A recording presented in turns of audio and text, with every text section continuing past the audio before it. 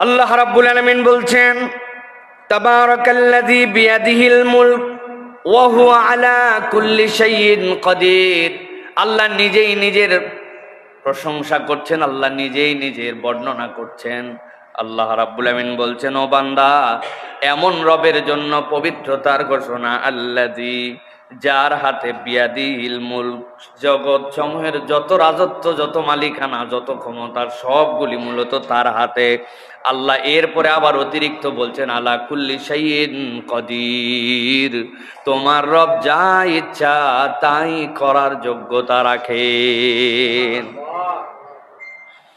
আল্লাহ রাব্বুল আমিন বলছেন, বান্দা কি করার যোগ্যতা রাখেন? দুনিয়ার সবচেয়ে কঠিন যোগ্যতা কোনটা?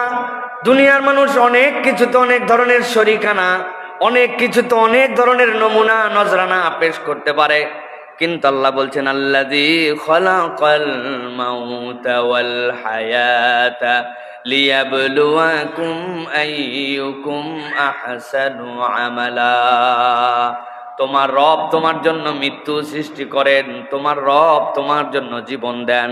আল্লাহ আগে জীবনের কথা বলেন নাই, রব্বুল আলামিন আগে মৃত্যুর কথা বলেছেন। রব তোমাকে মেরে ফেলতে পারেন, ওই মৃত্যু থেকে তোমাকে আবার জাগায় দিতে পারেন।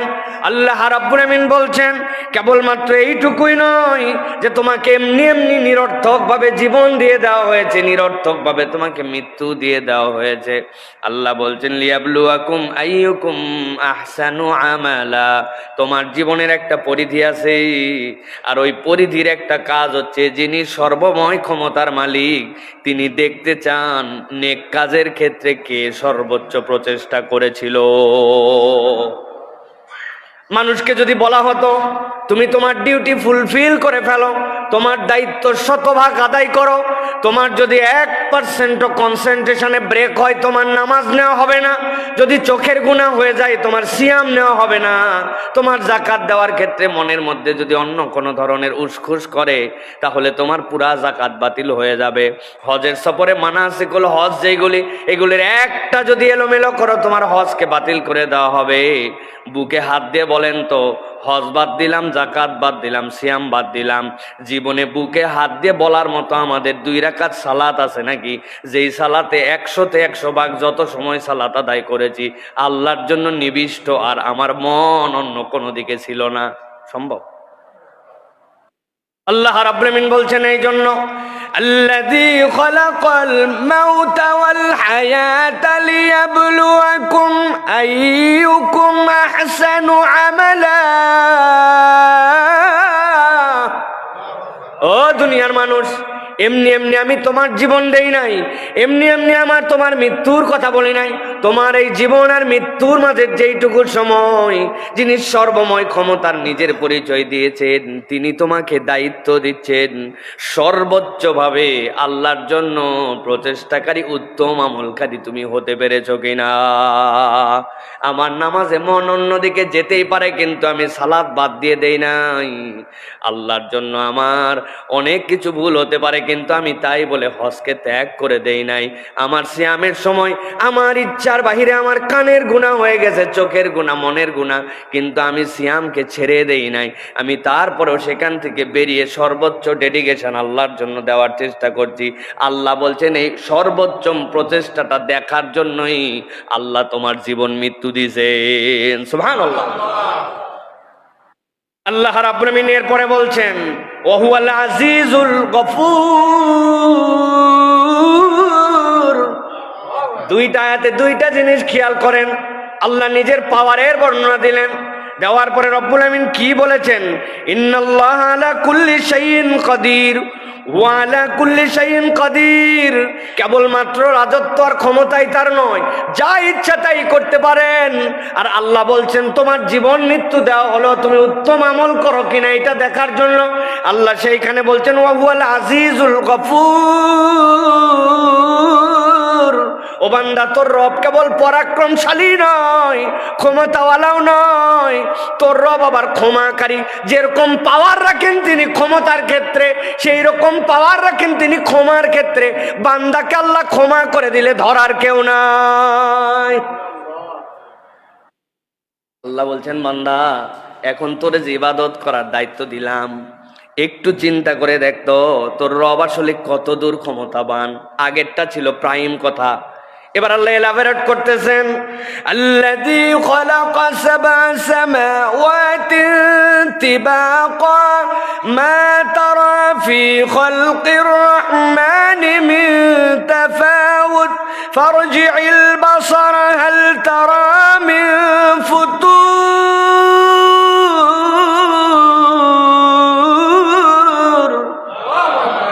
আল্লাহ রাব্বুল আলামিন বলছেন আসমানের দিকে তাকাও আর মসজিদের দিকে তাকাও।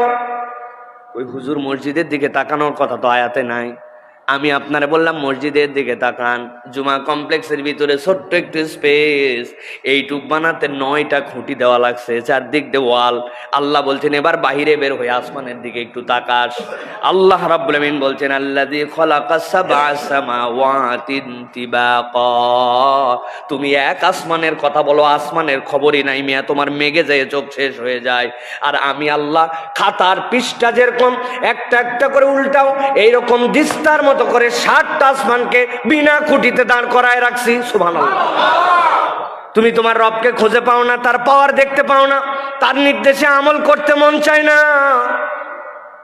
আল্লাহ বলছেন মা তারা ফি খালকির রহমানি মিন তাফাউত।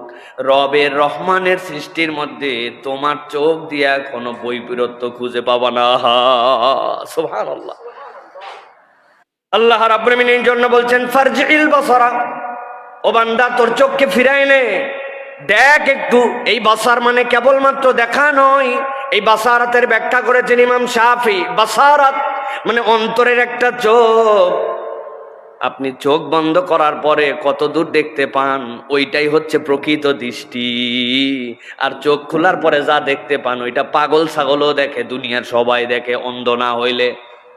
কি আপনি চোখ বন্ধ করার পর কত দূর দেখতে পান, কত দূর পর্যন্ত আপনি দেখতে পান আপনার চোখ দেখার পরে, বন্ধ করার পরে, ওইটাই হচ্ছে বাসারাত।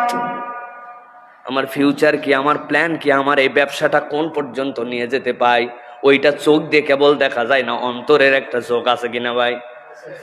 আল্লাহ রাব্বুল আমিন বলছেন বান্দা হাল তারা মিন ফুতুর, আমি আল্লাহ তোরে দেখতে বললাম, তুই যদি দেখিস, তোর রবের এই নমুনা যদি জানিস, তাহলে আইয়ুকুম আহসানু আমালা, ওইটার হিসাবটা তোর কাছে তখন পরিষ্কার হবে। তাহলে আল্লাহ রাব্বুল আলামিন আমাদেরকে মৌলিক যে দায়িত্ব দিলেন সেটা কি? সর্বোত্তম ভাবে ইবাদত করা। বলেন মৌলিক দায়িত্ব কি? আজকের আলোচ্য বিষয়ের সাথে মিল আছে? আলোচ্য বিষয় হচ্ছে 10টি এমন আমল সহজবদ্ধ, যেটা করতে পেরেশানি হয় না, কিন্তু বান্দা করলে জীবন এবং অন্তর একই সাথে 1 থেকে 21 দিনের মধ্যে পরিবর্তন হবে ইনশাআল্লাহ। আমলগুলা করার নিয়তে শুনবেন আপনারা? কারা কারা শুধু শোনার নিয়তে আছেন হাত তোলেন। শুধু শোনা, আমল করব না। আমরা সকলে করবো তো ইনশাআল্লাহ।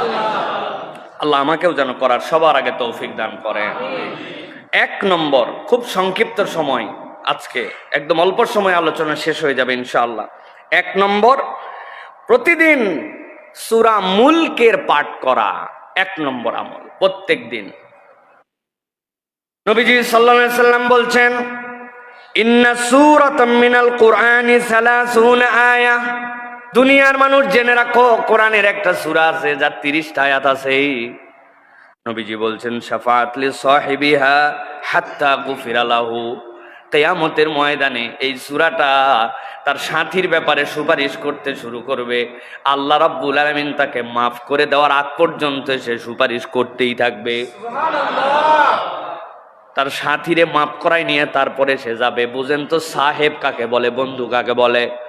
জীবনে একবার দেখা হয়েছে, এটা বন্ধু না। কোনোদিন আর তার সাথে কথাবার্তা হয় নাই, কোনো যোগাযোগ নেই, এটা বন্ধু না।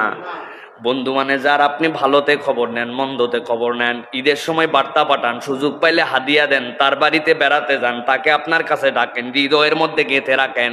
আপনি বলেন দোস্ত থাকলে আমার দোস্তের মতো একটা আছে, এই আপনার দোস্তের নাম কি?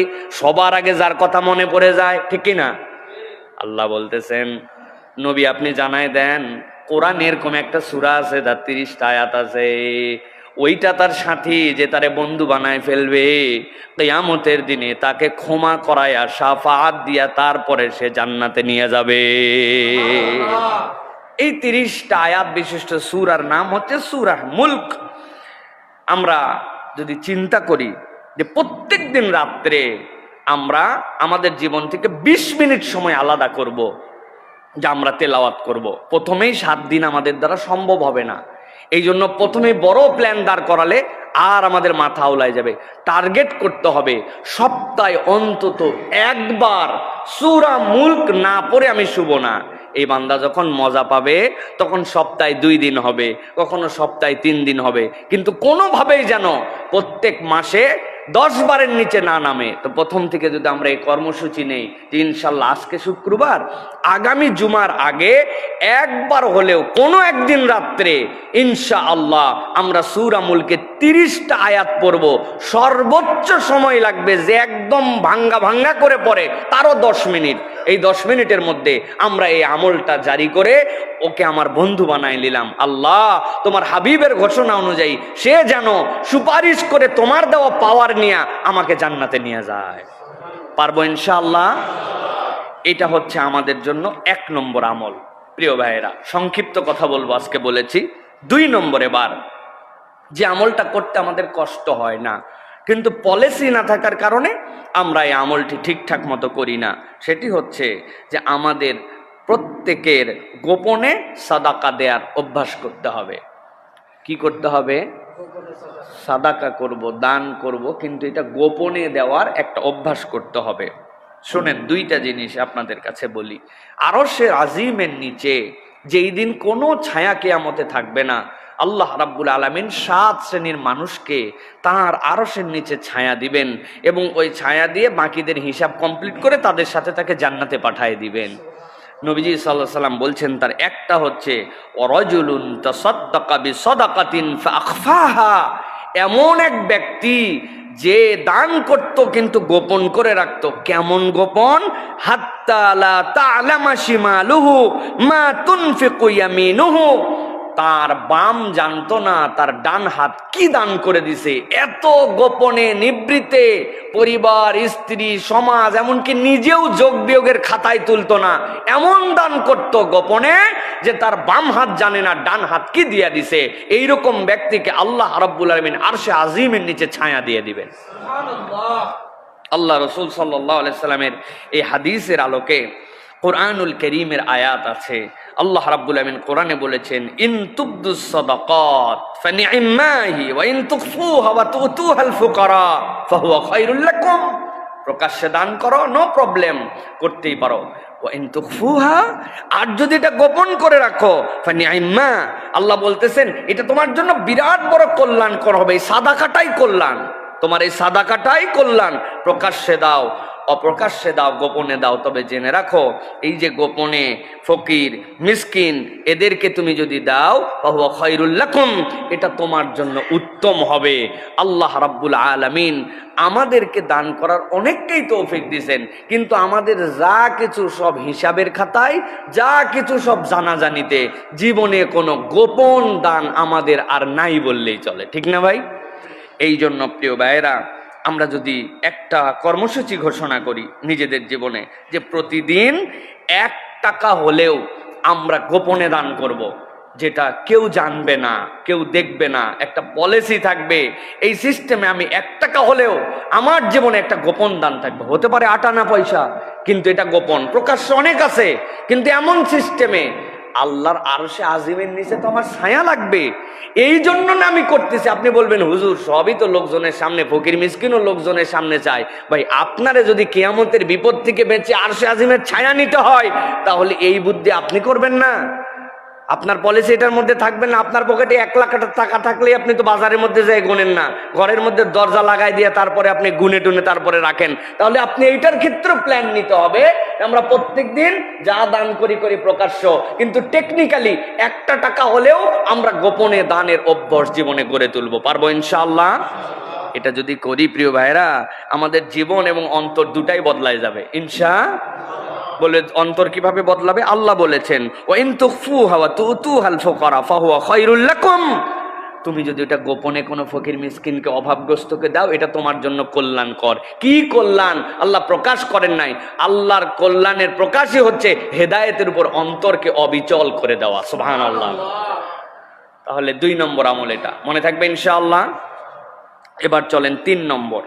3 নম্বর আমলটি হচ্ছে দিনের শুরুতে 100 বার সুবহানাল্লাহি ওয়া বিহামদিহি পড়া। প্রত্যেক দিন দিনের শুরুতে সুবহানাল্লাহি ওয়া বিহামদিহি এটা 100 বার পড়া। কি লাভ এটা পড়লে? রাসূল সাল্লাল্লাহু আলাইহি সাল্লাম বলছেন, মান ক্বালা সুবহানাল্লাহি ওয়া বিহামদিহি ফি ইয়াউমিন মিআতা মাররা, কেউ যদি প্রত্যেক দিন 100 বার করে সুবহানাল্লাহি ওয়া বিহামদিহি পড়ে, আল্লাহ নবী সাল্লাল্লাহু আলাইহি ওয়াসাল্লাম বলছেন, হুত্তাত খতায়াহু ওয়া ইন কানাত মিসলা জাবাদিল বাহার। আল্লাহ রাব্বুল আলামিন এই সুবহানাল্লাহি ওয়া বিহামদিহি এইটার ফজিলত এত দান করেছেন, ওই বান্দার যদি সাগরের ফেনা পরিমাণ গুনাহ থাকে, আল্লাহ রাব্বুল আলামিন ওই বান্দাকে মাফ করে দিবে। এক সাগরের ফেনা, এত গুনাহ হয়ে গেছে ওই বান্দার। এই গুনাহগুলা গুনাহ সাগীরা, ছোট ছোট গুনাহ জমতে জমতে বিশাল একটা গুনার ভান্ডার হয়ে গেছে তার, এক সাগরের ফেনার মতো। নবীজি বলছেন ওই বান্দা সকালবেলা কি পড়েছে? সুবহানাল্লাহি ওয়া বিহামদিহি, সুবহানাল্লাহি ওয়া বিহামদিহি, সুবহানাল্লাহি ওয়া বিহামদিহি। ওই বান্দা 100 বার এরকম করে পড়ে ফেলেছে, আর আল্লাহ রাব্বুল আমিন সাগর সম ফেনার গুনাহ তার মাফ করে দিয়েছে। জানি সবাই আমরা এটা, কিন্তু আমাদের প্র্যাকটিস করে হয়ে ওঠে না। এই জন্য আমাদের জীবন পরিবর্তন হয় না, আমলের জিন্দেগি হয় না।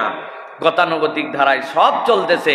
সকালে ওঠার পরে পেস্ট আছে, ব্রাশ আছে, সকালে ওঠার পরে হাঁটা আছে, নাস্তা আছে, নতুন জামা পরা আছে, বের হওয়া আছে, বের হওয়ার আগে হাতের চাবি নেওয়া আছে, ব্যাগ নেওয়া আছে, সব আছে, শুধুমাত্র আমলটুকু নাই। ঠিক কিনা ভাই? অথচ একটু অভ্যাস করলেই আমরা এইটা করতে পারি। প্রিয় ভাইরা, এটা কেন করতে হবে এটার ব্যাখ্যা করেছেন মুফাসসিররা। সূরা হিজর এর ৯৮ নম্বর আয়াত আল্লাহ বলেছেন, ফাসাব্বিহ বিহামদি রাব্বিকা ওয়া কুম মিনাস সাজিদিন। প্রত্যেক নবীর দায়িত্ব ছিল আপনি আল্লাহ রাব্বুল আলামিনের জন্য একনিষ্ঠ হন, সিজদাকারী, এবং আল্লাহর শুকরগুজার, আল্লাহর প্রশংসাকারী বান্দা হন। প্রত্যেক নবীওয়ালার দায়িত্ব ছিল যে তার তাসবির প্রতি নিমগ্ন থাকা। যখন কোনো বান্দা এই সুবহানাল্লাহি ওয়া বিহামদিহি পড়ে, সে নবীওয়ালা একটা আমল করে। তাহলে এই আমলটার অভ্যাস আমাদের জীবনে নিতে হবে। এখন কর্মসূচি কি? কর্মসূচি হচ্ছে সকালবেলা উঠে হাঁটতে হাঁটতে, অথবা বসতে, অথবা গোসল করে বের হতে, অথবা আমার যে সময়টুকুতে গাড়িতে করে যাচ্ছি, বাইকে যাচ্ছি, রিক্সায় যাচ্ছি, আমাকে টার্গেট করতে হবে সকালের পোরশনের আমল এইটা, আমি এই আমলটা শেষ করে নিব ইনশাআল্লাহ। পারবো ইনশাআল্লাহ? প্ল্যান রাখতে হবে। প্রিয় আল্লাহ আমাদেরকে তৌফিক দান করেন। এবার চলেন 4 নম্বরে। 4 নম্বর হচ্ছে ফজরের পরে সূর্য ওঠা অবধি সস্থানে বসে আল্লাহ রাব্বুল আলামিনের জিকির করা। যতগুলো আমল এখন পর্যন্ত বলেছি, এইটা হুজুর থেকে শুরু করে আমাদের সকলের জন্য এটা কঠিন আমাদের। যদিও আমরা যদি হিসাব করি তাহলে আমরা দেখব আমাদের এইখানে ফজরের জামাত কয়টায়? আজকে কয়টায় ফজরের জামাত হয়েছে? 5টায়। আমরা পড়ছি 4:55-তে দারুস-সালামে। তো এই যে 5টায় সালাত, আর ফজরের সূর্যোদয় ছিল কয়টায়? আমরা যদি হিসাব করি মাত্র 30-35 মিনিটের মামলা আমাদের জন্য। নবীজি সাল্লাল্লাহু আলাইহি সাল্লাম বলছেন, মান সাল্লাল ফাজরা ফি জামাআতিন সুম্মা ক্বাদা ইয়াযকুরুল্লাহ, কেউ যদি ফজরের সালাত আদায় করে এরপরে উঠে নাই, ওখানেই বসে আছে, হয়তো নামাজের শুরুতে না বসে লেটাপারে বসছে, কিন্তু সেখানেই বসে আছে, হাত্তা তাতলু আশ-শামস সুম্মা সাল্লা রাকাতাইন, এরপরে সে হিসাব করে দেখছে সূর্য উঠে গেছে, নিষিদ্ধ সময় পার হয়ে গেছে, 2 রাকাত সালাত পড়ে ফেলছে, 2 রাকাত সালাত পড়ে এবার উঠে চলে গেছে। আল্লাহ নবী বলছেন কি করছে এই লোক জানো? কানাত লাহু কাআজরি হাজ্জাতিন ওয়া উমরাতিন তাম্মাতিন তাম্মাতিন তাম্মা। এই যে ফজরের জামাতের পরে বসে সূর্যোদয়ের পরে 2 রাকাত সালাত পড়ে গেছে, আল্লাহ তার আমল নামায় একটা পূর্ণ হজ, একটা পূর্ণ উমরার সওয়াব দান করে দিয়েছে। আল্লাহু আকবার। নবীজি 3 বার বলেছেন তাম্মাতিন তাম্মাতিন তাম্মা। ও আমার উম্মত জেনে রাখো, পূর্ণ হজ পূর্ণ উমরার সওয়াব আল্লাহ দিয়েছেন। আল্লাহু আকবার। 40 মিনিটের বিনিয়োগ, 30 মিনিটের বিনিয়োগ, 25 মিনিটের বিনিয়োগ। ভাই প্রত্যেক দিন হয় না, মানুষের ক্লান্তি থাকে, বসতে পারে না, ব্যস্ততা থাকে, কিন্তু ইমানদারের জীবনে সপ্তাহে 2-3 দিন সময় হবে না একটা হজ আর একটা উমরার সময় আর সবটা আমলনামায় নেওয়ার জন্য? এই আবেগ তার মধ্যে আসবে না, তাহলে জীবন কেমনে পরিবর্তন হবে? আপনি শুধু গেলেন, কোন রকম সালাত আদায় করলেন, সালাত হওয়ার সাথে সাথে সাত করে উঠে আপনি বাড়িতে চলে আসলেন, র্যান্ডম এভরিডে, প্রত্যেক দিন একই অভ্যাস। মহিলারা তার বাড়িতে সালাত আদায় করেন, তার ঘরের কোনায় হচ্ছে তার জন্য উত্তম নামাজের স্থান। কত সময় ব্যয় হয়, কিন্তু আমার মায়েরা জানেই না যে আমলটা আমি করতে পারি। এখন আধুনিক যুগ, গুগল করে দেখে নিছেন আজকে সূর্যোদয় কয়টায়, ওখানে বসছেন, কোরআন শরীফটা পাশেই রেখে দিয়েছিলেন, কোরআন মজিদটা ওইখানে তেলাওয়াত করেছেন, জিকির আজকার গুলা করেছেন, সূর্য উঠছে 2 রাকাত সালাত পরে আপনি জায়নামাজটা গুটাই নিয়ে উঠে চলে গেছেন। আল্লাহ আপনার আমার আমল নামায় একটা কবুলকৃত হজ এবং উমরার সওয়াব লিখে দিছেন। অতএব প্রিয় ভাইয়েরা, সপ্তাহে অন্তত একদিন হলেও আমল করতে হবে। চেষ্টা করবেন ইনশাআল্লাহ? করবেন ইনশাআল্লাহ? আল্লাহ রাব্বুল আলামিন আমাদেরকে আমলটা করার তৌফিক দান করেন। কুরআনুল কারীম এটার সমর্থনে কথা বলেছে। আল্লাহ বলছেন ওয়াসাব্বিহ বিহামদি রাব্বিকা ক্বাবলা তুলুইশ শামসি ওয়া ক্বাবলা গুরুবিহা। সূর্য উদয়ের আগে আল্লাহর প্রশংসা করো, আর সূর্য অস্ত যাওয়ার পরে আল্লাহর প্রশংসা করো। এই যে সূর্য উঠার আগের জিকির আর 2 রাকাত সালাত সূর্য উঠায়, এটা হচ্ছে সেইটার সাথে সামঞ্জস্যশীল একটা আমল। আল্লাহ যেন আমাদেরকে করার তৌফিক দান করেন। কয় নম্বর বললাম ভাই? ভুলে গেছেন না তো? এবার 5 নম্বর চলেন। আল্লাহ রসুল সাল্লাল্লাহু আলাইহি ওয়াসাল্লাম বলছেন, দুনিয়ার মানুষ, তোমাদের আরেকটা অনন্য আমল আছে, আমরা করি কিন্তু দেখেন আমাদের র্যান্ডম নাই।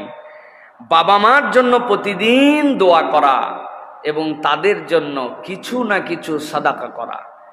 বাবা মার জন্য দোয়া, যার বাবা মা বেঁচে আছেন তার জন্য, আর যার বাবা মা মারা গিয়েছেন তার জন্য। কত ভাই এখানে আছেন, আমাদের আব্বা আম্মা উভয়েরই চলে গেছেন দুনিয়া থেকে। কারা কারা ভাই দেখি তো, একটু হাত উঁচু করেন তো। কাদের আব্বাও নাই, আম্মাও নাই? আহা, আল্লাহু আকবার। কাদের বাবা নাই? শুধু কত মানুষের বাবা নাই। কাদের মা নাই? আহা, আমাদের মা নাই, অনেকের বাবা নাই, অনেকের আব্বা আম্মা উভয় চলে গেছে। আর আল্লাহ নিয়ামতটা বাঁচাই রাখছেন কার কার? যাদের আব্বা আম্মা বেঁচে আছেন। আহা, আমরা বড় সৌভাগ্যবান যে আমাদের জান্নাতের দরজা এখন পর্যন্ত ভেঙে যায় নাই।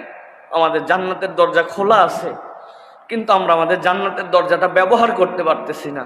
নবীজি বলছেন এই 2 জনই তোমার জান্নাত, এই 2 জনই তোমার জন্য জাহান্নাম। এখন যার বাপ মা চলে গেছে তার কি করণীয়? যার বাপ মা বেঁচে আছে তার কি করণীয়? আমরা বেশিরভাগ সন্তানরা পিতা মাতার ব্যাপারে গাফেল। কত হুজুরের কাছে দোয়া চাইলাম, কত লোকের কাছে কত সমস্যার জন্য বললাম, কিন্তু কখনো চিন্তাই করি নাই আমার জান্নাতের রাস্তা আছে আমার পিতা মাতা। যে কোনো বিষয় সকলের আগে তিনি আপনার হকদার। রাসূলুল্লাহ সাল্লাল্লাহু আলাইহি ওয়াসাল্লাম বলছেন, ইদা মাতা ইবনে আদম ইনকাতা আমালুহু ইল্লা মিন সালাসিন। যখন কোনো বনি আদম মরে যায় সব আমল তার বন্ধ হয়ে যায়, কেবল 3টা আমল তার আমল নামায় যেতে থাকে। এর মধ্যে একটা ওয়ালাদুন সলিহুন ইয়াদউ লাহু, তার নেক সন্তান যখন তার জন্য দোয়া করে আল্লাহ কোনো বাধা বিপত্তি ছাড়া ডাইরেক্ট তার আমল নামায় সেটা পৌঁছায় দেয়। সুবহানাল্লাহ ওয়া বিহামদি। এই জন্য প্রত্যেক দিন পিতা মাতার জন্য দোয়া করা, রব্বির হামহুমা কামা রব্বায়ানি সগীরা, এমন ইউনিভার্সাল দোয়া। এটা না মরা বাপ মায়ের জন্য না জীবিত বাপ মায়ের জন্য, আপনি আলাদা করতে পারবেন না। রব্বি, ও আমার আল্লাহ, ইরহাম, আপনি দয়া করেন, হুমা, আব্বা আম্মার উপরে, কামা, যেরকম রব্বায়ানি, তারা আমার প্রতিপালন করেছিলেন। ছোটবেলায় আমি যখন শুয়েছিলাম প্রস্রাব পরিবর্তন করার আমার কোনো ক্ষমতা ছিল না, আমার আব্বা আম্মা প্রস্রাব পরিবর্তন করাইছেন, দাঁত দিয়ে কামড়ায় খাওয়ার মতো শক্তি ছিল না, চুষে চুষে মায়ের দুধ খেয়েছিলাম। আল্লাহ কি ভালোবাসায় না, দুনিয়ার সবাই ঘুমাইছে, আমার মা সারা রাত ঘুমায় নাই। আল্লাহ এই যে আগলায় রাখছিল, এই যে দয়া করছিল, এই যে ভালোবাসা দিছিল, রব্বুল আলামিন তুমিও আমার পিতা মাতার জন্য এরকম দয়া করো। ওটা আল্লাহ মৃতর জন্য বলেন নাই, জীবিতর জন্য বলেন নাই, এমন ভাষা দিছেন যে সন্তান দোয়া করলে মৃতরটা মৃতের ভাগে যাবে, জীবিতরটা জীবিতর ভাগে চলে যাবে। সুবহানাল্লাহ। কিন্তু আমরা দোয়া করি না। এটা আমলের মধ্যে নিতে হবে, এটা আমার একটা আমল। আর প্রত্যেক দিন তাদের জন্য কিছু সাদাকা করা, প্রত্যেক দিন 8 আনা, 1 টাকা, 1 কাপ চা কাউকে খাওয়ানো, হ্যাঁ, কোনো একদিন কাউকে বাজার করে দেয়া, ফলের সিজন একটা কাঁঠাল একজন মানুষকে একদিন কিনে পাঠাই দিছি। বাবা মার জন্য আমি সাদাকা করছি। আমার বাবা মা আমার কাছে থাকলে 1 চাকা ইলিশ মাছ খাইতেন, সবচেয়ে ভালো পিসটা আমি দেওয়ার চেষ্টা করতাম। ইলিশের সিজনে সমর্থ পাইছি, টপ করে একজন মানুষকে একটা ইলিশ বাবা মার পক্ষ থেকে কিনে খাওয়াই দিছি, 1 কেজি আপেল দিয়ে দিছি। রমজান মাসে আমার বাপ মা বেঁচে থাকলে ইফতার করতেন, 10টা 30টা ইফতারির বাবার নামে, 30টা ইফতারি মায়ের নামে হাদিয়া করে দিছি। সন্তান শুধু খুঁজবে কেমনে বাপ মায়ের জন্য কিছু একটু করা যায়, সেটা জীবিত এবং মৃত। বান্দা যদি র্যান্ডম পিতামাতার জন্য দোয়া করে আর র্যান্ডম যদি একটু হলেও সাদাকার নিয়ত করে, আল্লাহ ওই বান্দার জীবন এবং অন্তর ঘুরাই দিবেন। এটা আল্লাহ রাব্বুল আলামিন নিজে বান্দার জন্য অফার করেছেন। প্রিয় ভাইরা, অতএব আমরা অধিকাংশ বাপ মায়ের জন্য দোয়া করি না। কর্মসূচি হবে আজকের থেকে যে যেহেতু অনেক দিনের কাফফারা বাকি আছে, স্পেশালি এই সপ্তাহে অথবা প্রত্যেক দিন শুধু আল্লাহর হামদ, রাসূল সাল্লাল্লাহু আলাইহি ওয়াসাল্লামের প্রতি দরুদ এবং সালাম পড়ার পরে 5 মিনিট শুধুই বাপ মার জন্য দোয়া করব। পারবো ইনশাআল্লাহ? 5 মিনিট পারবেন ইনশাআল্লাহ? 5 মিনিট আরবি জানা লাগবে না, আল্লাহ বাংলা বোঝে, ভাষার কোনো ধর্ম নাই, ধর্মীয় ভাষা আছে। অথবা আল্লাহর কাছে আপনি বাংলায় বলেন, মনে করে করে বলেন, আল্লাহ যখন আমার 1 বছর বয়স ছিল, আমার যদি গু চেঞ্জ না করতো আমার মা, সেই শীত যেই শীতের মধ্যে প্রস্রাব করে দিয়েছিলাম, সবাই শুয়ে গেছিল, আমার মা যদি সারা রাত ওই প্রস্রাবে শোয়ায় রাখতো, আল্লাহ আমার বুকের মধ্যে কফ জমে শেষ হয়ে যেতাম।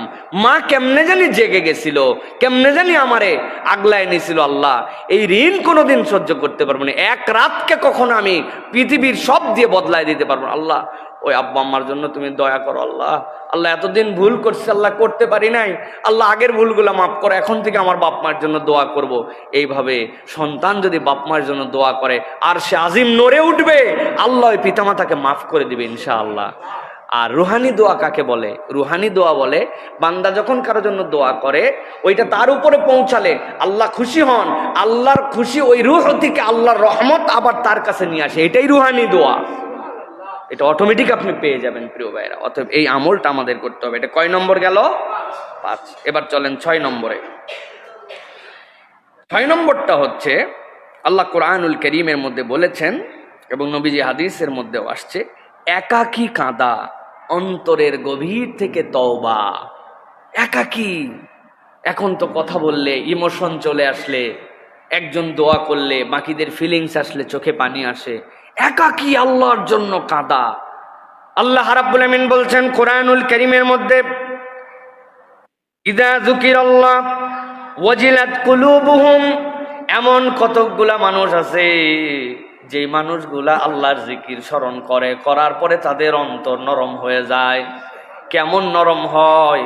আল্লাহ বলছেন তাদের চোখ দিয়ে পানি পড়তে শুরু করে। ওই বান্দা আল্লাহকে দেখে নাই, ওই বান্দা জান্নাত দেখে নাই, জাহান্নাম দেখে নাই। নিজের আমল নামার এমন পাপ আছে যেটার কথা বান্দা ভুলে গেছে, কিন্তু বান্দা এমন ভাবে নিজের হৃদয়ে আল্লাহর ভীতিকে জাগ্রত করে নিজের অপরাধগুলাকে আল্লাহর সামনে দাঁড় করাইছে। ঘুমায় আছে তার সন্তান, ঘুমায় আছে তার স্ত্রী, ঘুমায় আছে দুনিয়া, টপ করে উঠছে, ভাবটা এমন যেন প্রস্রাব করার জন্য উঠছে। বাথরুমের লাইট দিলে সন্তান উঠে যেতে পারে, কৌশলে বাথরুমের লাইটটা পর্যন্ত দেয় নাই, চলে গেছে অন্য জায়গায়, অল্প একটু কষ্ট করে অজু করে নিয়ে যায় নামাজটা পেরে দিছে, কেউ জানে না, বাড়ির সবাই সবার মতো ঘুমায়।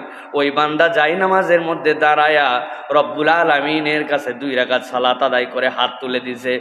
ইমোশন আসে না, চোখের পানি আসে না, সিজদায় চলে গেছে, রব আমার তো চোখে পানি আসে না। অথচ নবীজি সাল্লাল্লাহু আলাইহি ওয়াসাল্লাম বলছেন, ওয়ারাজুলুন যাকারাল্লাহ খালিয়ান ফাফাদাত আইনা, আরশে আজিমের নিচেতে এমন লোক জায়গা পাবে যেই লোক একাকী দাঁড়াইছে আর আল্লাহর জন্য চোখের পানি বিসর্জন করে দিছে। আল্লাহ তার চোখের পানির এমন মূল্যায়ন করছেন, ওই চোখের পানির কারণে আরশে আজিমের নিচে তার জন্য সিট বরাদ্দ করে রাখছেন। আল্লাহ, আমি তো সেই তালিকায় আসতে পারি না, আমার অন্তর শক্ত হয়ে গেছে। আল্লাহ, আমার চোখে তুমি পানি দিয়ে দাও। তোমার ভীতির কথা আস্তে আস্তে মনে করবে আল্লাহর কাছে। আল্লাহ রব্বুল আমিন ওই বান্দার চোখে 1 ফোঁটা পানি যদি চলে আসে, 1 দিন আসবে না, 2 দিন আসবে না, চোরের মতো করে আল্লাহর সামনে দাঁড়াইছে, কেউ জানি না জানতে পায়। দরজা একটু নড়ে গেছে বাড়ির, নিজের সংকীর্ণ হয়ে গেছে, আমার এই চোখের পানিকে কেউ দেখে ফেললো কিনা, এটা তো কাউকে দেখানোর জন্য আমার তাহাজ্জুদ নয়, কাউকে জানানোর জন্য নয়, আল্লাহর কাছে 1 দিন 2 দিন পড়ার পরে চোখ বন্ধ করে যখন জাহান্নামের বিভীষিকার কথা চিন্তা করবে, নিজের আমল নামা যদি কপাল দিয়ে প্রকাশ পেয়ে যেত, দুনিয়ার মানুষ সালাম দিত না। রে আজকে আমাকে কত সম্মান দেয় মানুষ, আমার বাথরুমের গুনাহ, গোপন গুনাহ, চোখের গুনাহ, মোবাইলের গুনাহ যদি জানাজানি হয়ে যেত, আমার আব্বা পর্যন্ত আমাকে দিকে তাকাতো না লজ্জায়, অথবা বাপের আমল নামায় এমনটা আছে সন্তানকে মুখ দেখাতে পারতো না। আল্লাহ, সব তুমি গোপন রাখছো। আল্লাহ, তোমার কাছে কিচ্ছু গোপন নাই, তুমি গোপন গুনাহগুলা দয়ামান রব আমাকে গোপনে মাফ করে দাও। 1 দিন 2 দিন করতে করতে বান্দার চোখ দিয়ে যদি পানি আসে, ওই পানিটা বান্দার নাজাতের ওসিলা হয়ে যাবে। এটা একটা আমল। কত রাত জেগে পার হয়ে যায়, কিন্তু কখনো আল্লাহর জন্য চুপচাপ এরকম ডেডিকেশন আমাদের হয় না। ভাই রে, জীবন পরিবর্তন করতে হলে এটা করা লাগবে ভাই, করতে হবে ভাই। এরকম করে চলতে চলতেই জীবন শেষ হয়ে যায়। কার জীবন কিভাবে শেষ হয় আমরা বুঝি না। বাহার ভাইয়ের ঘটনা শুনছেন না আপনারা? আমি তো 1 দিন হলো নিজেকে স্থির রাখতে পারি নাই। আহারে, প্রবাসে যাওয়ার আগে স্ত্রী গর্ভবতী, আসবো আসবো করে করে আসতে পারে না। 1 মাস আগে টিকিট করছে, সন্তানদের জন্য বাজার করছে, জয়েন্ট ফ্যামিলি, ভাইয়ের জন্য বাজার করছে, ভাইয়ের বউয়ের জন্য, আব্বার জন্য, আম্মার জন্য। সন্তানরা সবাই সহ্য করতে পারে নাই, এয়ারপোর্টে চলে গেছে, সকলে মিলে 1 গাড়িতে আনন্দ করে। আব্বা আসতেছে, স্বামী আসতেছে, সন্তান আসতেছে, আমার বড় ভাই আসতেছে। এয়ারপোর্টে সন্তানকে দেখে একটু জড়ায় ধরছে, দিয়ে বলছে, এটা তোর গিফট। বলছে, মা এখনই খুলবো। বলছে, খুলিস না, বাড়িতে যাই, সবাই মিলে দেখে দেখে আনন্দ করে খুলবো। আব্বা, এটা তোমার জন্য আনছি, এর মধ্যে আব্বা এখানে তো খুলতে পারলাম না, হাতে করে এইটুকু নিয়ে আসছি, অন্তত চকলেটটা মুখে দাও। কি আনন্দ, কি পরীক্ষা আল্লাহ তাদের উপরে নিয়ে ফেললেন।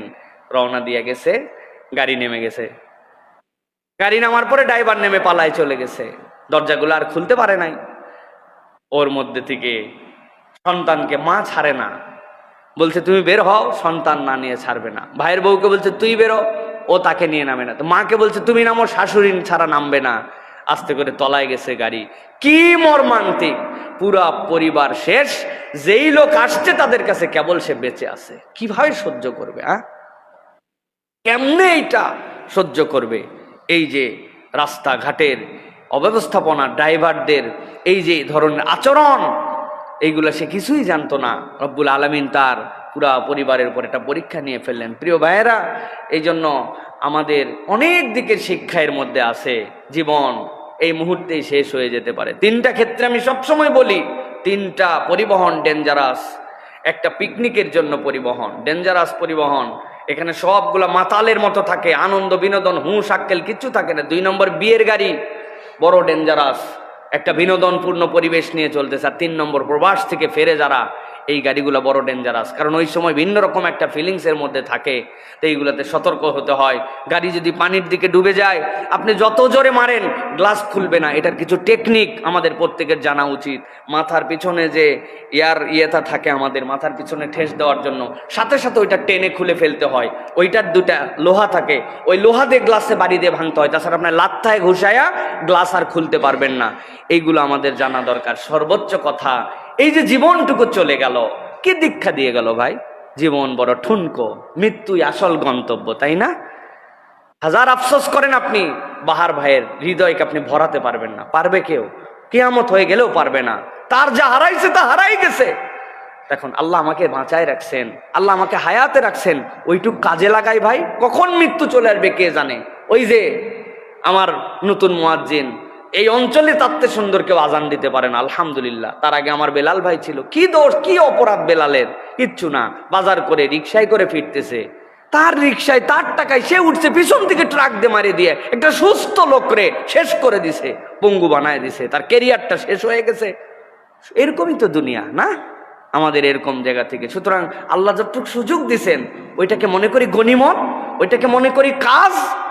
এক আফসারের দিক তাকায় আপনি যদি দুঃখ ব্যথা অনুভব করে নিজের জীবনের মূল্যায়ন না করতে পারেন, তাহলে শুধুমাত্র হাহুতাশ করে আমাদের কি লাভ? আল্লাহ তাকে ধৈর্য ধরার তৌফিক দান করেন।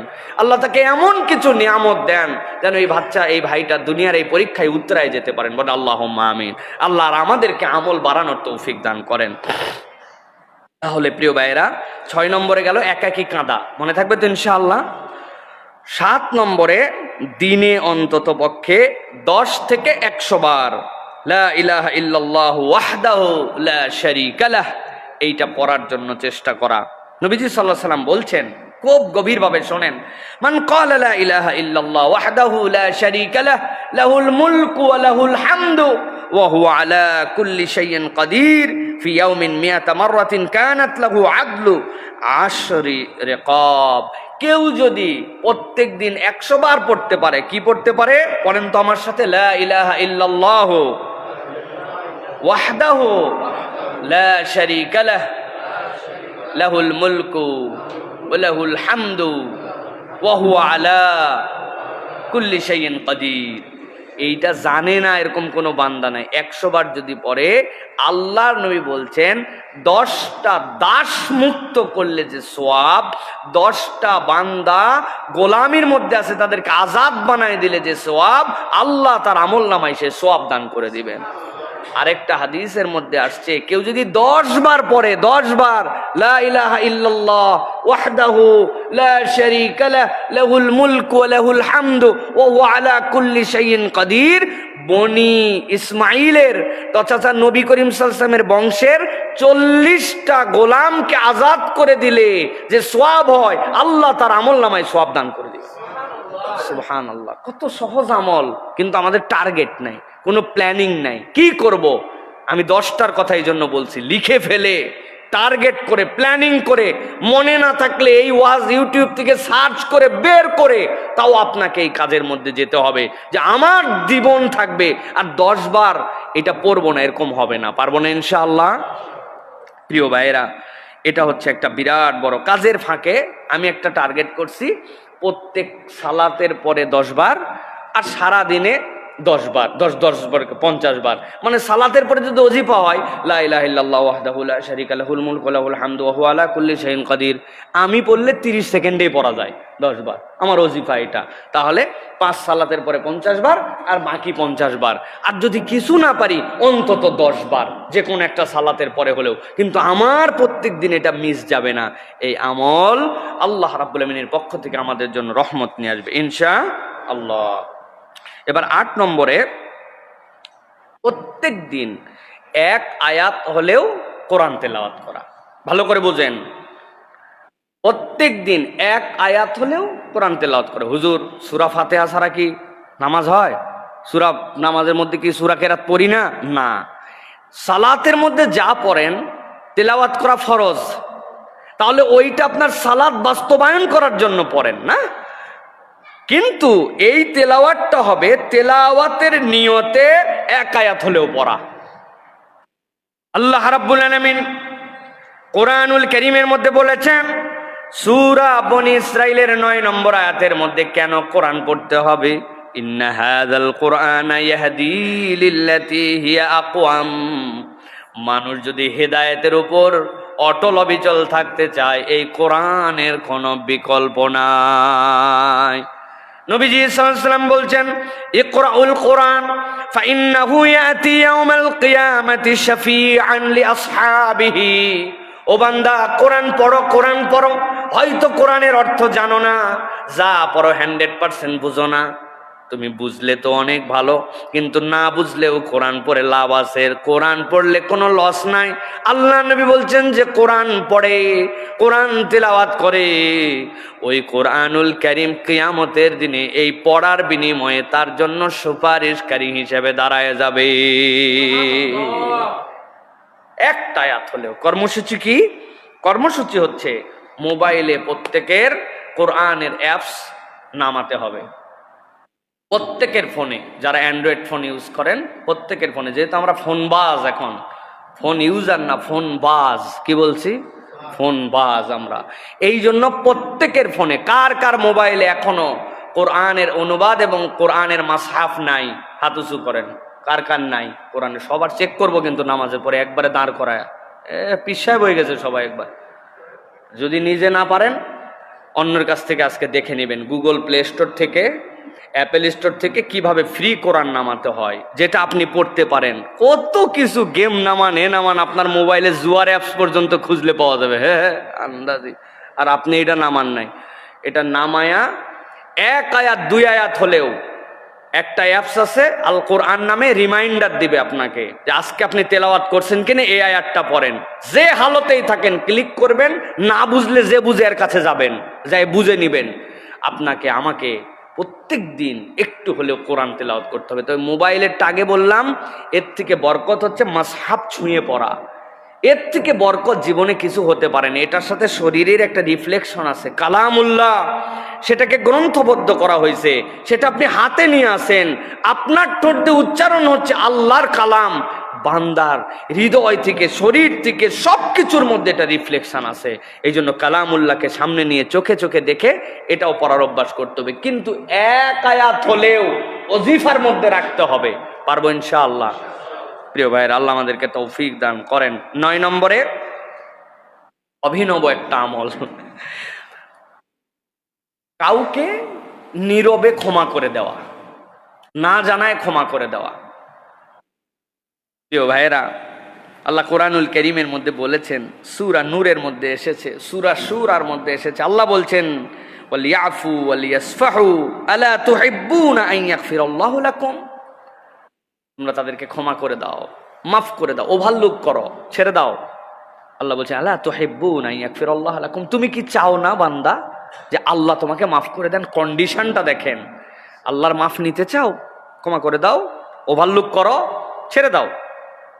এই রে কষ্ট দেওয়া আমারে দিছে ভাই, সব বলতে পারি, বলা যায় না ভাই।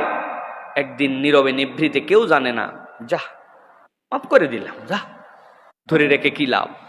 আল্লাহ তুমি আমারে মাফ করে দিও। এই যে অনুভূতি প্রত্যেকের জীবনে আছে। কথায় খোঁচা দিছে, আচরণে কষ্ট দিছে, দেনা যেই সময় পরিশোধ করার সময় দেয় নাই, উমুকে ঠকাইছে, তুমুকে আমারে, মানে আমাদের জীবনে প্রত্যেকের সাথে আছে। বউ কষ্ট দিছে, আছে না ভাই? আর আপনি কষ্ট দেন নাই না? দুইটাই আছে, বেশি বেশি আছে, দুইটাই। তো আল্লাহ মাফ করে দিলাম। গোপনে, নীরবে, ঘোষণা ছাড়া, আল্লাহর সাথে অন্তর টন্তর মুখ দিয়েও বলা লাগে নাই, এটা আমার একটা আমল। চিন্তা করে দেখছেন কোনোদিন যে এইটা আমল হতে পারে? এই আমল আমাদের জীবন পরিবর্তন করতে পারে। আল্লাহ বলছেন ফামান আফা ওয়া আসলাহা ফাআজরুহু আলাল্লাহ। কেউ যদি ক্ষমা করে আর তোমাদের মধ্যে থেকে কেউ যদি শুধরায় দেয়, আল্লাহর কাছে সে বিনিময় পাবে। সুবহানাল্লাহ। ফামান আফা, ক্ষমা করে দিছো, বিনিময়কে দিবেন আল্লাহ। এই জন্য আমাদেরকে মানুষকে ক্ষমা করা, এটাও একটা আমল। ভুল করে ফেলছে, অপরাধ করে ফেলছে, যা মাফ করে দিলাম, এইটা একটা বিষয়। সর্বশেষ যেটা বলবো ভাই, নিজে একা কোনো পুণ্যের কাজ শুরু করা যেন কিয়ামত পর্যন্ত তা চলতে থাকে। আমি এমন একটা কাজ শুরু করছি, এমন একটা কাজের উদ্যোগ নিয়েছি, এমন একটা কাজ আমি ভালোভাবে প্র্যাকটিস করা শুরু করছি, আমার টার্গেট কিয়ামত পর্যন্ত। ভাই জীবন তো শেষ হয়ে যাবে, কিন্তু আমি কি রেখে গেলাম? এর এক পর্যন্ত যা বললাম সব ব্যক্তিগত, আপনিও শেষ, আমলও শেষ, কিন্তু এইটা হচ্ছে আপনার চান্স যে আমি চলে যাব, কিন্তু আমল থেকে যাবে। নবীজি বলছেন, মান সান্না সুন্নাতান হাসানাতান ফাআমিলা বিহা, কেউ যদি কোনো একটা ভালো কাজ, সুন্দর কাজ প্রচলন করে এবং সেটার উপরে সে আমল করে, কানা লাহু আজরুহা ওয়া মিসলু আজরি মান আমিলা বিহা, এটা করলে তো সে সওয়াব পাবেই, আর যারা এই কাজ করবে প্রত্যেকের আমলের সওয়াব আল্লাহ তার আমলনামায় দিবেন। আদ-দাল্লু আলাল খাইরি কাফাইলিহি, নবীজি সাল্লাল্লাহু আলাইহি ওয়াসাল্লাম বলছেন, লা ইয়ানকুসু মিন উজুরিহিম শাইয়া, কিন্তু তুমি মনে করো না অমুকে এই কাজ করছে, অনুসরণ করে আমি করতেছি, তাইলে মনে হয় আমার আমল কমে যাচ্ছে। না, আল্লাহ তাকেও দিবেন, তাকেও দিবেন। এই জন্য ভালো কোনো কাজ কিছুই না, একটা গ্রুপ বানাইছে, ফর এক্সাম্পল 10 বন্ধুর অনুমতি নিছে যে বন্ধু আমি একটা ইসলামিক কন্টেন্টের গ্রুপ বানাইছি, ছোট্ট কোনো আমল পাইলেই এই গ্রুপে শেয়ার করব। দোস্তরা সবাই সম্মতি দিয়েছে, হ্যাঁ কর, ঠিক আছে, আর যদি কারো ডিস্টার্ব হয় তো লিভ নিয়ে নিও। এইভাবে ডিসক্লেমার দিয়ে একটা গ্রুপ বানাইছে, ছোট্ট একটু কিছু পাইলে পোস্ট করে। ওইটা দেখে দেখে আরেকজন পাইছে যে কিনা আমার তো একটা গ্রুপ আছে রে, ওই গ্রুপে একটা ভালো কাজের ফজরে ওঠার একটা গ্রুপ বানাইছে। দোস্ত কত কিছু হয়, তুই থাকিস সাভার, তুই থাকিস নোয়াখালী, আমি থাকি বগুড়া, তুমি থাকো নওগাঁ, ঠিক আছে, আমাদের একটা ফজর ওঠার একটা গ্রুপ আছে। হ্যাঁ, আমরা ফজরে উঠলে এখানে রিমাইন্ডার দিব, না হলে আমরা কিন্তু একজন একজনকে 3 জন হতে পারে। আপনি গ্রুপ বানাইছেন একটা, এটা নেটের, আমরা নেটিজেন মানুষ, এই জন্য নেটের আইডিয়াগুলা বলতেছি। এছাড়াও প্রিয় ভাইরা, আপনারটাকে একটা মক্তব চলে, আপনি একটা মক্তব চলান, ভারী 3-4 হাজার টাকা লাগে, কারো জানার দরকার নাই যে আমি এই মক্তবে বাচ্চা কাচ্চা যেন পড়ে। আমার গ্রামের দিকে একটু তাকাইছি, নানা বাড়ির দিকে, শ্বশুর বাড়ির দিকে, বা একটা মক্তব, এই 2টা মানুষকে কোরআন মজিদ শেখানোর জন্য একটু চেষ্টা করি। প্রত্যেকদিন আসরের পর আমি এখানে বসে যাই, একটা সূরা মস্ক হবে, লেখায় আছে 5 মিনিটের বেশি তালিম হবে না, 5 মিনিট ছোট্ট একটা সূরা। আপনি দাঁড়ায় গেছেন, আপনি আলেম মানুষ, হুজুর মানুষ, আশপাশে ছাত্র মানুষ, আপনি দাঁড়ায় প্রত্যেকদিন কুল হুয়াল্লাহু আহাদ, বসলো একজন, না বসলে না বসুক, আপনি আপনারটুকু শুরু করেন। আমি মালয়েশিয়ায় গেছি, বিশাল এক মসজিদ, যাইয়ে দেখি মানে মসজিদে লোক ধরবে 20,000, কিন্তু লোক আছে 20 জন। বক্তা যিনি, উনি কোনো সার নাই, উনার ডিউটি ওইটুকু মাগরিবের পর 15 মিনিট কথা বলা, কেউ না শুনলে নিজে শুনবো, তাও এটা চলমান। আমি দেখে অবাক হয়ে গেলাম, ফায়দা আল্লাহ রাব্বুল আমিন দিয়ে দেন সেই জায়গাতে, কারণ সে তো আল্লাহর সন্তুষ্টির জন্য এটা চালু করছে যে 15 মিনিট আমি প্রত্যেকদিন একটা আমলের কথা আলোচনা করব। আমি একটা মাদ্রাসার সাথে, 2টা এতিমের সাথে, 2টা বাচ্চার পড়ালেখার, মানে কোনো একটা ভালো কাজ আমি শুরু করছি, ওইটা যেন চলমান থাকে। এইটা আমাদের প্রত্যেকের জীবন থেকে চেষ্টা করতে হবে প্রিয় ভাইরা, আল্লাহ যেন আমাদেরকে তৌফিক দান করেন। তাহলে আবার রিমাইন্ডার করি, 10টা কোন কোন বিষয় বললাম। 1 নম্বর বলেছি, প্রতিদিন সূরা মুলক তেলাওয়াত করা। যারা পারবেন লিখে দিবেন, যারা পারবেন লিখে রাখবেন প্রিয় ভাইরা। 2 নম্বর, গোপনে সাদাকা দেয়া। 3 নম্বর, দিনের শুরুতে 100 বার সুবহানাল্লাহি বিহামদিহি পড়া। 4 নম্বর বলেছি আপনাদের জন্য প্রিয় ভাইরা, ফজরের পর সূর্যোদয় অবধি বসে 2 রাকাত সালাত আদায় করে হজ উমরার পূর্ণ সওয়াব নেওয়া। 5 নম্বর, বাবা মার জন্য প্রত্যেকদিন দোয়া, কিছু না কিছু সাদাকা করার চেষ্টা করা। 6 নম্বর, একাকী আল্লাহর জন্য ক্রন্দন করা। 7 নম্বরে, দিনে 10 থেকে 100 বার লা ইলাহা ইল্লাল্লাহু ওয়াহদাহু লা শারীকা লাহ এটা পড়া। 8 নম্বর, প্রতিদিন কোরআন মাজিদের ন্যূনতম 1 আয়াত হলেও তিলাওয়াত করা। 9 নম্বর, কাউকে নীরবে ক্ষমা করে দেওয়া। আর 10 নম্বর, নিজে একা কোনো পুণ্যের কাজ শুরু করা, যেন কিয়ামত পর্যন্ত তা চলমান থাকে। আল্লাহ যেন আমাদেরকে আমলগুলা করার তৌফিক দান করেন। প্রিয় ভাইয়েরা, একটি প্রসঙ্গে কথা বলে শেষ করে দিব, সেটি হচ্ছে, আপনারা দেখেছেন যে আমাদের একটা কঠিন সময় পার করে একটা পরিবর্তনের বাংলাদেশ আমরা দেখেছি, কিন্তু আমরা আফসোসের সাথে লক্ষ্য করেছি ওই পরিবর্তনের বাংলাদেশে যে সনদ প্রণয়ন করা হয়েছে, সেই সনদে কেমন যেন সব কিছু খাপছাড়া মনে হচ্ছে। কাদের দ্বারা যেন প্রভাবিত হয়ে যারা এখানে হাজারো প্রাণের রক্তের বিনিময়ে যারা ইসলামকে পছন্দ করেন, আল্লাহ রসুলকে পছন্দ করলে নিজের জীবন উৎসর্গ করলে সেটা শাহাদতের মর্যাদা পাওয়া যায়। নিজের অধিকার আদায়ের জন্য জীবন দিলে আল্লাহ রাব্বুল আলামিনের কাছে শাহাদতের মৃত্যু নসিব হয়। যারা তাদেরকে নারায়ে তাকবীর আল্লাহু আকবারের স্লোগানে এই ফ্যাসিজমের বিরুদ্ধে নিজেরা রুখে দিয়েছিলেন, সেই সকল ভাইদের কোনো আলাপ এই সনদের মধ্যে নাই।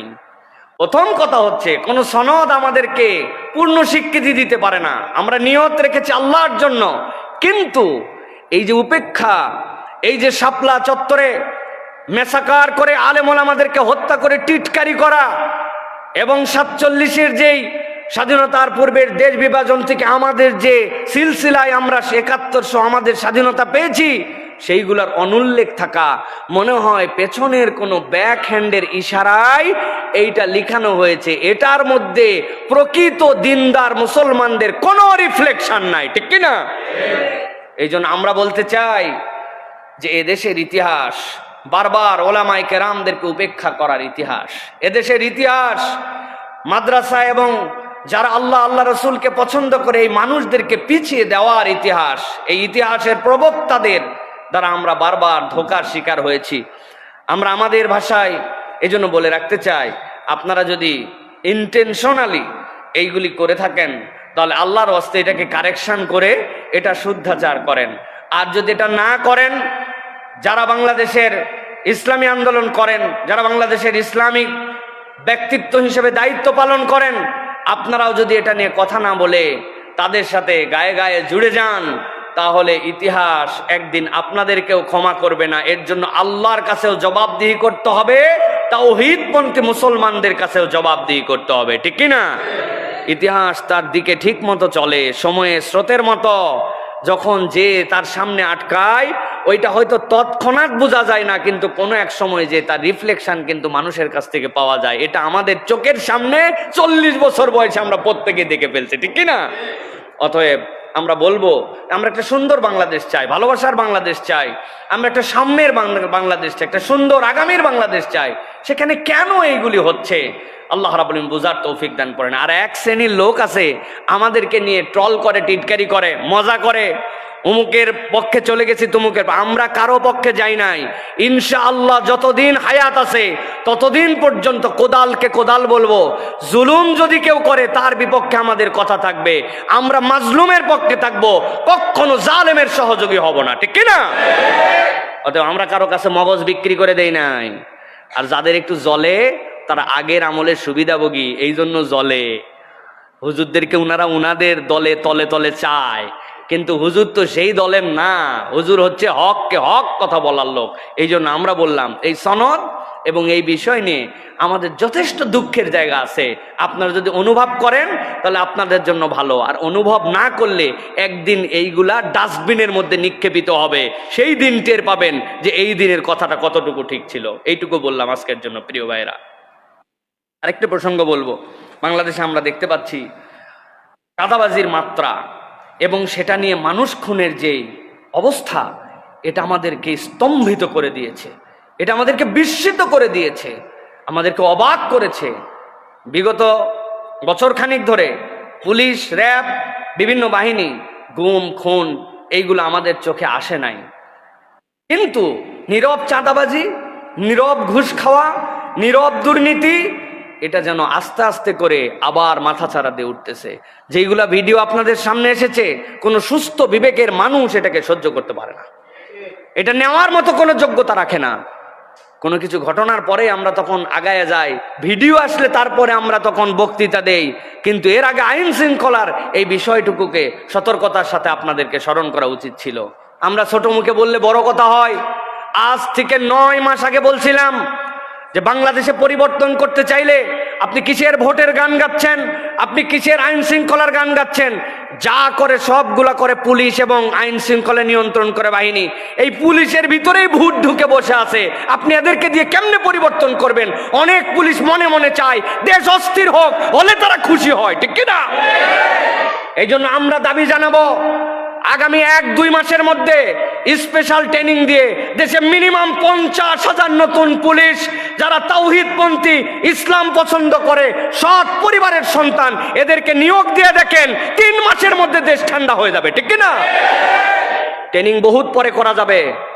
ক্রাইসিসের সময় তো স্কুলের ছেলেদেরকে ট্রেনিং দিয়ে রাস্তার ট্রাফিকে নামাতে পারছেন, তাহলে কেন বিগত 9 মাসে আমরা 20-10 হাজার এরকম যোগ্য পুলিশ অফিসার নিয়োগ করে থানাগুলোতে একটা ত্রাস, একটা সততার প্রতিষ্ঠান কেন কায়েম করতে পারলাম না? যেই পুলিশ 15-20 লক্ষ টাকা ঘুষ দিয়ে ঢুকছে, যেইগুলার পরিচয় ছিল ভিন্ন রকম, সেই পরিচয় দেশে আপনি তাদেরকে দিয়ে মানুষ বানানোর চেষ্টা করতেছেন। কুত্তাল্লে সোজা হয়ে যাবে, কিন্তু এই দেশের পুলিশ সোজা হবে না। অতএব আমরা বলতে চাই, একদম বেছে বেছে আইন শৃঙ্খলা বাহিনীতে দ্রুত র্যাপিডলি মানুষ নিয়োগ দেওয়া লাগবে। তাছাড়া সম্ভাবনার কথা বলে রাখলাম, নির্বাচনের গান গাচ্ছেন, আগের নির্বাচনে ভিন্ন রকম ভাবে বাক্স টাক্স চলে গেছে, নতুন নির্বাচনে এরকম করে বাক্স চলে যাবে। আপনি ঠেকাতে পারবেন না এই পুলিশ দিয়া। তারা চাবে এটা হোক, বলবে আমরা কি করব, আমরা কি মানুষকে গুলি করব নাকি, তারা নিয়ে গেছে নিয়ে যাক, ভিতরে একটা উপরে একটা, এরকম মুনাফেক পুলিশে বাংলাদেশ ভরা।